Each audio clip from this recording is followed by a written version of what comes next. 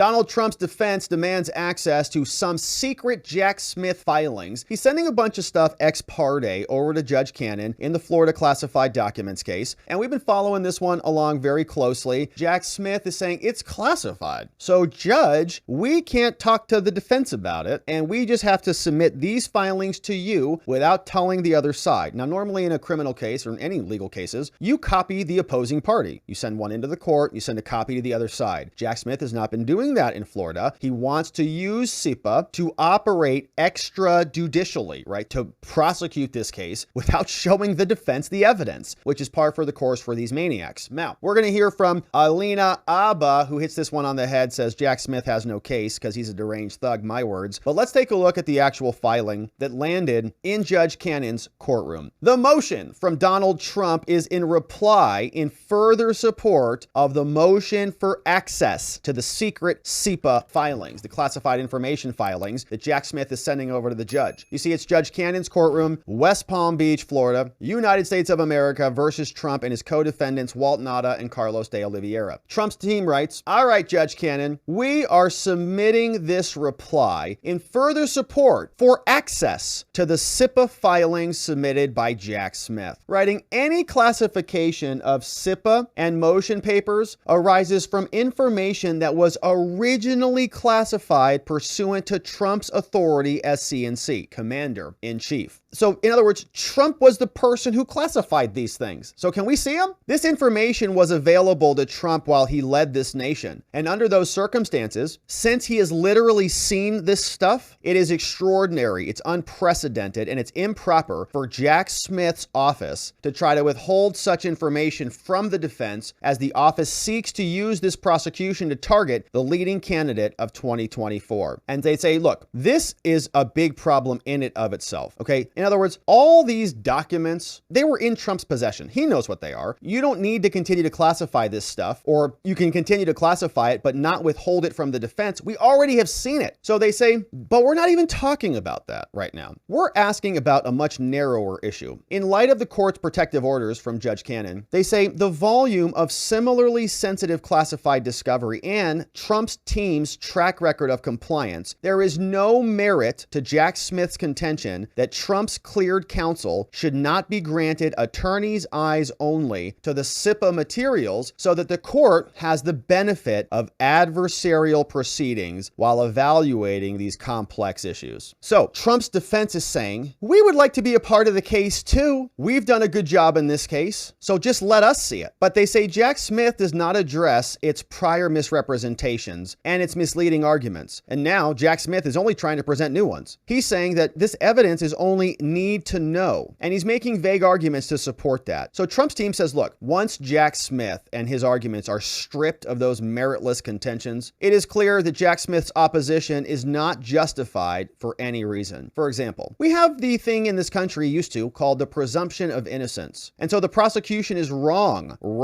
to suggest that the filing of criminal charges is the basis of withholding the documents from the defense. Trump has arguments that they are his, in my opinion, under the opinion clause. Now, any ex parte claim, and an ex parte claim is secret messages with the judge that the defense doesn't know about. Any ex parte claim to that effect is based on allegations in the indictment cannot withstand scrutiny. Why? The defense lawyers haven't been charged with crimes. Hello. And they have not mishandled any of the classified discovery at all. And so the defense attorneys just want to do their job. Now, the special counsel's office has also made important concessions here, which reveal that their broader position is based on inappropriate preference for one-sided proceedings that are hidden from the public in order to serve political motivations and intelligence community bias. Jack, for example, has conceded that, quote, some paragraphs in his CIPA section are marked as unclassified, but offers no justification why he's withholding those. So why is he not unredacting some parts? The office would not object to the public filing of a redacted version, but the claimed non-objection illustrates the office's misapprehension of its ongoing burden to demonstrate the need for sealing revealing and in-camera review. In other words, Jack Smith doesn't want to do the actual hard work. He just wants ex parte, so he can just talk to the judge, rather than having to debate the need for sealing and whether Judge Cannon can conduct a courtroom in-chambers review. The office, Jack, also acknowledges, they say, that it will produce classified materials to Trump closer to trial, but they don't tell us why not now. Say, look, Your Honor, these positions they help demonstrate why Jack wants continued ex parte proceedings, but why he should not be granted them. Accordingly, the court should grant Trump's motion, saying, first of all, Jack Smith even concedes that some paragraphs are appropriate for us to see. CIPA does not apply to unclassified info, so there's no basis for Jack withholding this material. But in a misguided effort to maintain secrecy over the unclassified portions of the motion, Jack results to the same type of argument that we've seen before. He's saying the office presented frivolous claims about motions that were too sensitive to be disclosed to the lawyers. Now, the office says, well, some paragraphs are unclassified, but that there is still a risk of revealing classified information. So if you know the unclassified stuff, you're going to be able to fill in the gaps and just identify what is in the non-redacted portions. But they say, look, this argument's meritless, okay? Jack Smith cannot avoid disclosure of an entire filing because some unclassified paragraphs would, quote, risk revealing info. The office doesn't even make any effort to identify what paragraphs they're talking about. And they say, like the earlier motion, this is just another example from Jack of casual arguments made by prosecutors who've grown too comfortable operating in the shadows and away from defense scrutiny and overly solicitous intelligence community's preferences for clandestine filings. Man, that is a nice sentence right there. Very nice sentence. Another example of a casual argument made by comfortable prosecutors operating in the shadows, and the gutters would be a nice addition, away from the defense scrutiny.